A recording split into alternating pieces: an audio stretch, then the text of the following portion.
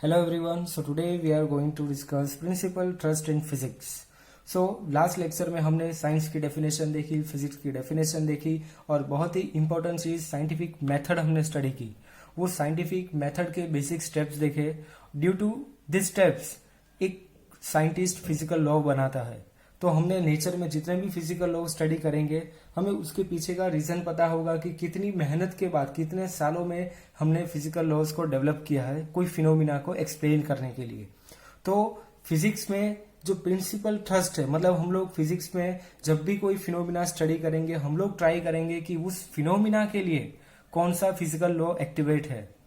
तो हमारा main trust, हमारा मेन फोकस रहेगा उस फिजिकल लॉ को स्टडी करना जो पूरा नेचर को कंट्रोल करे. बट एक ऐसा कोई फिजिकल लॉ हमारे पास अवेलेबल नहीं है जो पूरे नेचर को कंट्रोल करे. तो एक एग्जांपल के साथ हम लोग ये प्रिंसिपल ट्रस्ट का पहला पॉइंट डिस्कस करेंगे, यूनिफिकेशन. यूनिफिकेशन ये वर्ड से हमें पता चलेगा यूनिफाई करना, किसी चीज को हमें यूनिफाई करनी है. तो एक एग्जाम्पल से हम लोग स्टार्ट करेंगे. तो नेचर में जैसे जैसे हमने फिनोमिना स्टडी करना स्टार्ट किया कि हमने देखा पानी का नीचे आना, मतलब वाटर हायर लेवल से लोअर लेवल पे फ्लो होगा. कोई भी ऑब्जेक्ट को हम लोग फ्रीली रिलीज करेंगे तो वो ऑब्जेक्ट ऑलवेज ट्राई करेगा नीचे जाने के लिए, मतलब towards the centre of the earth. इसके बाद हमने नेचर में देखा अर्थ का रिवॉल्यूशन. अर्थ ऑलवेज रिवॉल्व करता है सन के अराउंड और अर्थ के अराउंड रिवॉल्व करता है मून. तो नेचर में हमने ऐसे जितने भी फिनोमिना स्टडी किए जो नेचुरल फिनोमिनास है, वो नेचुरल फिनोमिनास में हमें फिजिकल लॉ ढूंढने की ट्राई की, फिजिकल लॉज बनाए उसके लिए, और हमें एक चीज पता चली, फोर्स ऑफ अट्रैक्शन. तो ऐसे बहुत सारे फिनोमिनास के लिए ये फोर्स ऑफ अट्रैक्शन काम करता है. तो हमने ट्राई किया कि हम लोग 100 फिनोमिनास याद करें, इससे अच्छा हम लोग एक फिजिकल लॉ को याद करेंगे. वैसे ही हमने दूसरे फिनोमिना स्टडी करना स्टार्ट किया. तब पता चला कि ये जो फिजिकल लॉ हमने बनाया फोर्स ऑफ अट्रैक्शन, वो इस फिनोमिना के लिए यूजफुल नहीं है, मतलब इस फिनोमिना को एक्सप्लेन करने के लिए ये कैपेबल नहीं है. तो हमने दूसरे फिजिकल लॉज बनाने स्टार्ट किए. ऐसे करते करते करते हमने थाउजेंड्स और मिलियंस फिनोमिनास को एक्सप्लेन किया डिफरेंट डिफरेंट रूल्स के साथ, डिफरेंट डिफरेंट फिजिकल लॉज के साथ. तो हमारी ट्राई फिजिक्स में ऑलवेज ये रहेगी हम लोग कोई एक प्रिंसिपल से, एक फिजिकल लॉ से बहुत सारे फिनोमिना को एक्सप्लेन कर पाए. तो इसी चीज को बोलेंगे हम लोग यूनिफिकेशन. एक फिजिकल लॉ और उसी फिजिकल लॉ के ऊपर हम लोग डिस्कस करेंगे बहुत सारे नेचुरल फिनोमिनास. तो इस चीज को हम लोग बोलेंगे. So how can we define unification in basic words? Here we see one definition. Efforts are made to explain different phenomena in nature on the basis of one or minimum laws. This approach is called unification.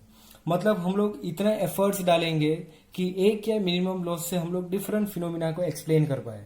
तो always physics में एक try रहेगी कि जितने भी phenomenas है हमारे पास, उस सारे फिनोमिना को एक सिंगल फिजिकल लॉ से हम लोग एक्सप्लेन कर पाए. बट वो हमारे पास अभी भी एक सिंगल रूल अवेलेबल नहीं है. तो हमने क्या देखा नेचर के अंदर, बहुत सारे फिनोमिनास ऐसे होंगे जो एक सिंगल रूल पे काम करते हैं, दूसरे फिनोमिनास ऐसे मिले जो ये दूसरे फिजिकल लॉ पे काम करते हैं. तो हमने ऐसे करते करते मिलियंस ऑफ फिनोमिनास को ऑब्जर्व किया, और मिलियंस ऑफ फिनोमिना को ऑब्जर्व करने के लिए हमने 100 फिजिकल लॉज बना लिए.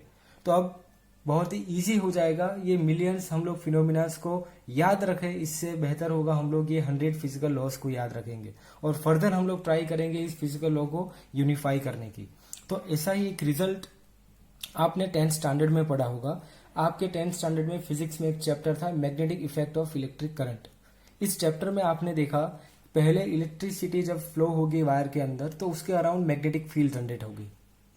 इसी चैप्टर में फर्दर आपने देखा होगा जब मैग्नेटिक फील्ड हम लोग चेंज करते हैं तो इलेक्ट्रिसिटी भी जनरेट होती है, इलेक्ट्रोमैग्नेटिक इंडक्शन. फेराडेज लॉ आपने स्टडी किया होगा 10th स्टैंडर्ड में. तो यहाँ पे आपने एक चीज ऑब्जर्व की होगी कि एक तरफ होगा इलेक्ट्रिसिटी का एक फिनोमिना, दूसरी तरफ होगा हमारे पास मैग्नेटिज्म का फिनोमिना. ये दोनों डिफरेंट फिनोमिनास है. अगर हम लोग इस दोनों फिनोमिना को कनेक्ट करेंगे, कंबाइन करेंगे, यूनिफाई करेंगे तो हमारे पास एक फिजिक्स की नई ब्रांच डेवलप्ड है अभी, इलेक्ट्रोमैग्नेटिज्म. तो ये एक फिजिक्स की डेवलप ब्रांच जो है ये इसी यूनिफिकेशन का रिजल्ट है. तो यूनिफिकेशन की ट्राई बहुत साइंटिस्ट ने आगे भी की थी और बहुत सारे साइंटिस्ट को उसमें सक्सेस भी मिला था। तो वो चीज़ हम लोग बाद में डिस्कस करेंगे, बट यूनिफिकेशन की आपको बेसिक डेफिनेशन पता होनी चाहिए। अब सेकेंड प्रिंसिपल ट्रस्ट पे हम लोग जाएंगे, रिडक्शनिज्म। रिडक्शनिज्म ये नाम से पता चलेगा, रिड्यूस होना। मतलब हमारे पास सपोज कोई एक कॉम्प्लेक्स सिस्टम है, अगर हमें वो सिस्टम को एक्सप्लेन करना है तो हम लोग क्या करेंगे, उसी कॉम्प्लेक्स सिस्टम को सिंपलर पार्ट्स में डिवाइड करेंगे, सिंपलर पार्ट्स में उसको रिड्यूस करने की ट्राई करेंगे।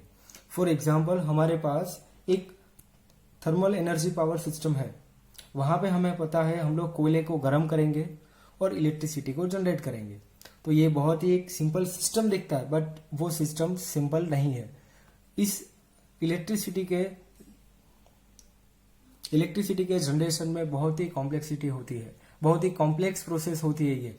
पहले तो हम लोग इस कॉम्प्लेक्स प्रोसेस को सिंपलर पार्ट्स में डिवाइड करते हैं। फॉर एग्जांपल पहले हमने ऑब्जर्व किया, पहले कोयले को हमने हीट करना स्टार्ट किया। जैसे ये कोयला हीट होना स्टार्ट होगा, ये हीट एनर्जी जनरेट होगी। वो हीट एनर्जी कहाँ से जनरेट हुई, तो कोल के अंदर जो केमिकल रिएक्शन हुई उसके द्वारा हमें हीट एनर्जी डेवलप हुई। उसी हीट एनर्जी को हमने यूटिलाइज किया और उसका यूज किया स्टीम बनाने के लिए। तो उस हीट एनर्जी के यूज से हमने स्टीम जनरेटर से स्टीम बनाना स्टार्ट किया। जैसे स्टीम जनरेट हो गई, एक नोजल के थ्रू हमने उसको टरबाइन के ऊपर थ्रो किया। जैसे टरबाइन के ऊपर थ्रो होगा, उसका मैकेनिकल एनर्जी में कन्वर्जन होगा और टरबाइन का रोटेशन स्टार्ट हो जाएगा। अभी उसी टरबाइन के शाफ्ट के साथ हमने एक कॉइल को कनेक्ट किया और उसी कॉइल के चारों तरफ हमने स्ट्रॉन्ग मैग्नेट्स रखे। मतलब ये इलेक्ट्रोमैग्नेटिक इंडक्शन फिनोमिना हो गया, जहां पे हमने मैग्नेट के प्रेजेंस में एक कॉइल को रोटेशन दिया। जैसे ये प्रोसीजर स्टार्ट होगी, सेकेंड एंड पे हमें इलेक्ट्रिसिटी का जनरेशन मिलेगा। तो ऐसे एक कॉम्प्लेक्स प्रोसेस को हम लोग सिंपल वे में एक्सप्लेन कर सकते हैं।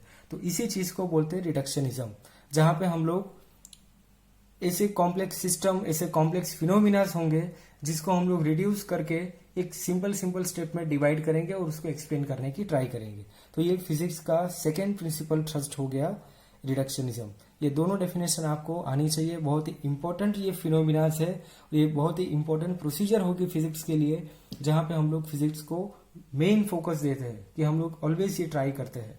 अब जैसे नेचुरल साइंस की बात करेंगे हम लोग, तो नेचुरल साइंस को हमने मेनली 3 पार्ट में डिवाइड किया, फिजिक्स, केमिस्ट्री एंड बायोलॉजी।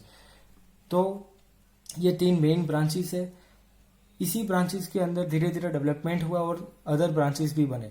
ये जो अदर ब्रांचेस बनेंगे, ये इसी यूनिफिकेशन और रिडक्शन का भी रिजल्ट हो सकता है। इसी यूनिफिकेशन रिडक्शन प्रोसीजर के अक्रॉस हमारे पास बहुत सारे डिफरेंट ब्रांचेस, सब ब्रांचेस भी होंगे। तो ये नेचुरल साइंस की main 3 branches, physics, chemistry, biology, ये प्रिंसिपल ट्रस्ट। तो ये 3 चीजें हमने इस लेक्चर में देखा। अब नेक्स्ट लेक्चर में हम लोग फिजिक्स का एक्साइटमेंट देखेंगे और फिजिक्स का अप्रोच टुवर्ड्स दी सोसाइटी में फिजिक्स कितना इंपॉर्टेंट है, वो सारी चीज हम नेक्स्ट लेक्चर में देखेंगे। Thank you.